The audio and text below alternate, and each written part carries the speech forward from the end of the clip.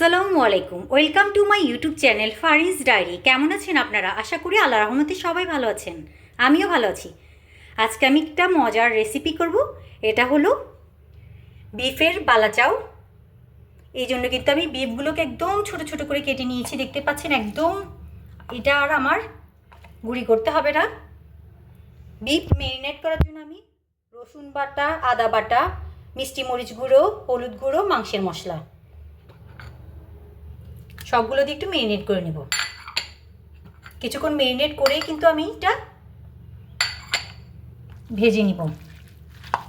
এখানে লবণটা অ্যাড করব না, কারণ লবণ অ্যাড করলে কিন্তু, যেহেতু কিছুক্ষণ আমি ম্যারিনেট করব, মশলার গা থেকে কিন্তু মশলাগুলো ছুটে যাওয়ার চান্স আছে।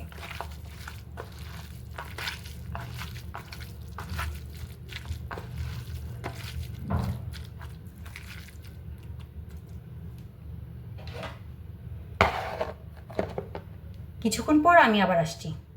পালা চাওয়ার জন্য কিন্তু আমি ম্যারিনেট করা বিফগুলো নামিয়ে নিয়েছি। এখানে রসুন গোটা গোটা রেখেছি, পেঁয়াজ কুচি, শুকনো মরিচ সব কিছু এবার আমি ভেজে নিচ্ছি।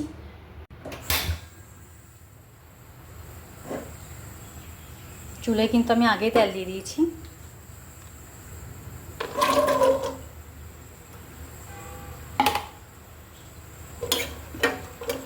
রসুনটাও দিয়ে দিলাম,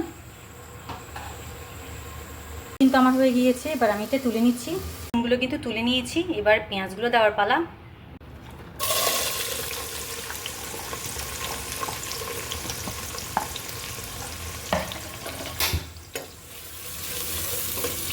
পেঁয়াজগুলো একদম ভালো করে ফ্রাই করে নিব। দেখতে পাচ্ছেন আমার পেঁয়াজটা কিন্তু হয়ে গিয়েছে। এবার আমি চুলাটা বন্ধ করে দিচ্ছি, পেঁয়াজটা আমি তুলে নিচ্ছি। দেখতে পাচ্ছেন পেঁয়াজটা কি সুন্দর করে ভাজা হয়ে গিয়েছে। এবার আমি শুকনো মরিচগুলো ভেজে নিব।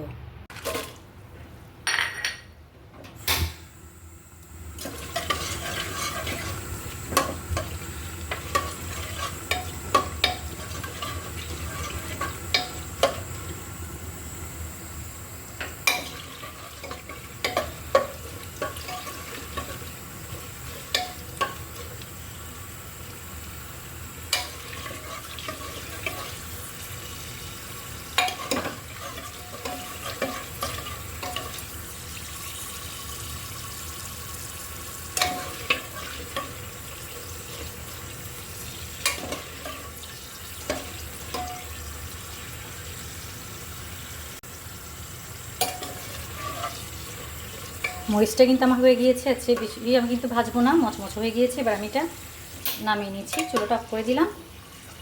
মরিচ ঠান্ডা হলে আমি গুঁড়ো করে নেব। সবার লাস্টে হচ্ছে আমার বিফ দেওয়ার পালা।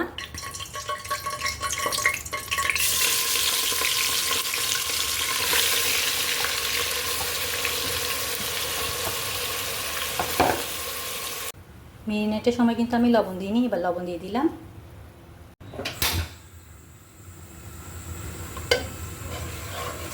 চুলাটা জ্বালিয়ে দিলাম আমি। এগুলোর আমার ছোট ছোট করার কোনো দরকার নেই, আমি এভাবেই করে কিন্তু কুচি করে নিয়েছি বিফগুলোকে।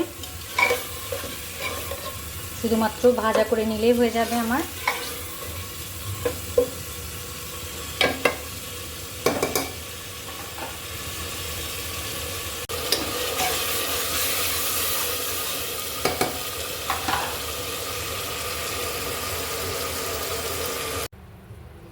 শুকনো মরিচগুলো গুঁড়ো করে নিলাম।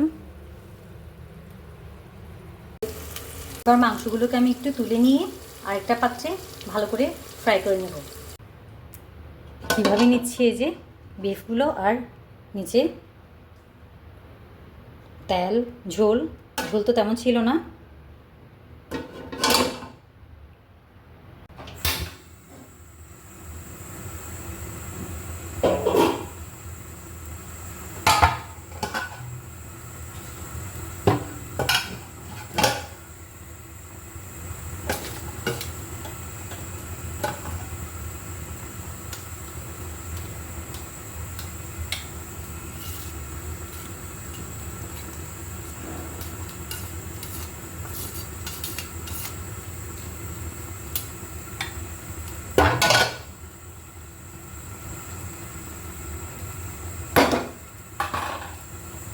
বিফগুলোকে কিন্তু একদম খুব কড়া করে ভালো করে ভেজে নিব। আমার বিফ কিন্তু মচমচে করে ভাজা হয়ে গিয়েছে। এবার আমি এগুলো তেল থেকে আলাদা করে নিব।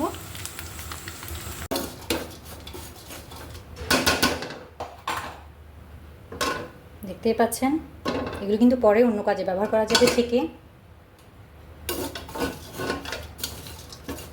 এবার আমি এগুলো পেঁয়াজ ভাজা, রসুন ভাজা আর শুকনো মরিচ ভাজার সাথে অ্যাড করে দিচ্ছি।